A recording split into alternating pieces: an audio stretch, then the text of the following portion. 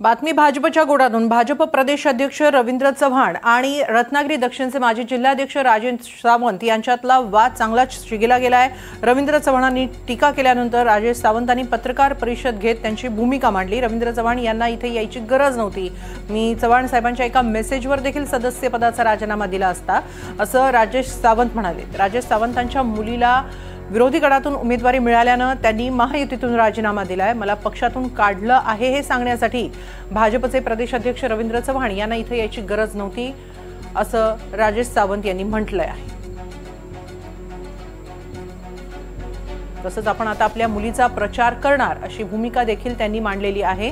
रत्नागिरी नगर परिषदेत राजेश सावंत यांची मुलगी ठाकरे गटाकडून नगराध्यक्षपदाच्या निवडणुकीसाठी उभी आहे। याच मुद्द्याला धरून साधारणपणे 15 दिवसांपूर्वी सावंत यांनी जिल्हाध्यक्षपदाचा राजीनामा दिला होता। त्यानंतर रत्नागिरीमध्ये बुधवारी झालेल्या महायुतीच्या मेळाव्यात प्रदेशाध्यक्ष रवींद्र चव्हाण यांनी राजेश सावंत यांना लक्ष्य केलं।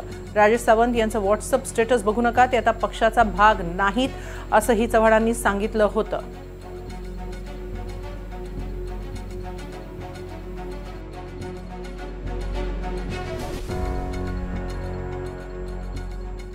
रवींद्र चव्हाण साहेब हे नुसते माझ्या पक्षाचे अध्यक्षच नव्हे, माझे ते गुरुबंधू होते आणि माझे मार्गदर्शक होते। 15 दिवसापूर्वी मी त्यांच्याशीच सल्ला मसलत करून माझा स्वतःहून राजीनामा पार्टीकडे दिला होता जिल्हाध्यक्षपदाचा। त्यावेळी त्यांनी मला सांगितलं होतं की आम्ही नंतर निर्णय घेऊ म्हणून। पण मी त्यांना परत एकदा विनंती केली होती की मला याच्यातून मुक्त करा म्हणून।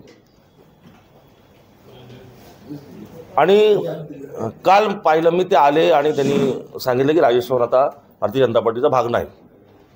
मला जरी साहेबांनी नुसता एक मेसेज जरी पाठवला असता की राजेश तू सदस्यपदाचा राजीनामा दे भारतीय जनता पार्टीचा, तुला आता भारतीय जनता पार्टीमध्ये काम करायला संधी नाही, तरी त्यांच्या एका नुसत्या मेसेजवरून सुद्धा मी आपल्या सगळ्या पत्रकारांसमोर येऊन मी माझ्या राजीनाम्याचं सगळं सांगितलं असतं।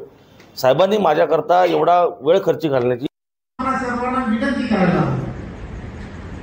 राजेश सावंत या सगळ्या गोष्टी मित्र म्हणून या बरोबर आहे, त्यात काहीच अर्थ नाही। परंतु राजेश सावंत आता पार्टीचा कोणताही भाग नाही हे आपण सर्वांनी लक्षात घेतलं पाहिजे। त्यामुळे त्याची स्टेटस बघायची सोडा,